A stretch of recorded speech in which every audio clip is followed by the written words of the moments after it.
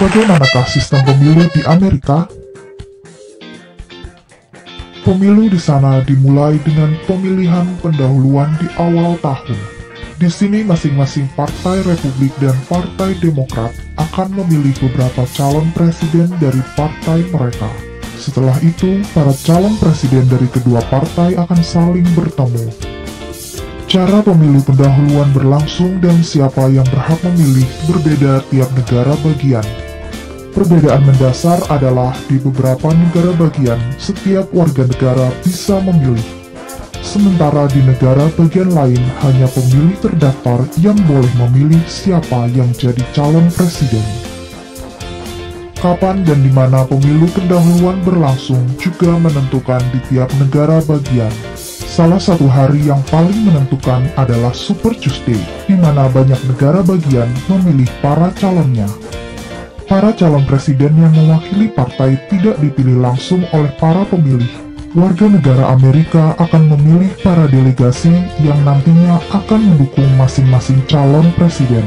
Para calon presiden yang menerima lebih dari setengah suara para delegasi memenangkan pemilu pendahuluan. Jika tiap negara bagian selesai memilih para delegasinya, biasanya sudah jelas siapa para calon presiden. Namun secara resmi, para delegasi yang terpilih hanya akan memilih para calon presiden di konvensi nasional partai atau National Convention. Jika tidak ada satupun calon yang menerima lebih dari setengah suara delegasi, akan ada negosiasi di dalam partai untuk memilih calon. Mungkin saja ada calon yang keluar dari bursa calon presiden dan dilakukan pemilihan ulang di antara para delegasi. Saat itu, para delegasi tidak terpaut dengan calon presiden tertentu dan bisa mengalihkan pilihan ke calon presiden lainnya sampai ditemukan mayoritas yang jelas. Ada kemungkinan peserta calon presiden baru masuk ke bursa. Setelah sudah jelas calon presiden mana yang akan saling bertarung, kampanye pemilu bisa dimulai.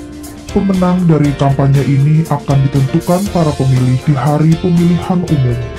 Hari itu, para pemilih sah yang berusia di atas 18 tahun boleh memilih. Seperti di pemilu pendahuluan, mereka tidak langsung memilih, tetapi mereka memilih elektor yang akan mendukung salah satu calon presiden. Setiap negara bagian punya jumlah elektor yang berbeda tergantung populasinya.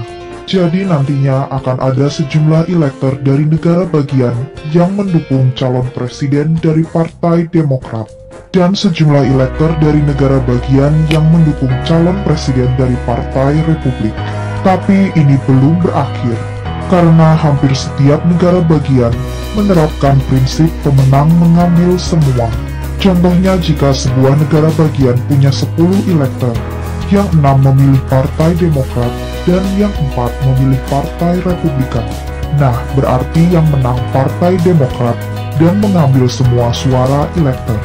Partai Republik tidak mendapatkan suara di negara bagian tersebut. Itu sebabnya di beberapa negara bagian pemilu jadi sangat serius. Karena misalnya di negara bagian Texas, mayoritas memilih Partai Republikan, dan di California, mayoritas memilih Partai Demokrat. Tetapi ada beberapa negara bagian yang belum jelas. Negara bagian tersebut dikenal sebagai swing state. Contohnya Florida, biasanya tidak jelas partai mana yang akan menang di sana. Ada total 538 elektor, dan calon yang mendapat suara elektor lebih dari setengah akan menang. Nah, 29 suara elektor di Florida bisa menentukan kemenangan. Setelah elektor selesai memilih, sudah jelas siapa yang akan menjadi presiden.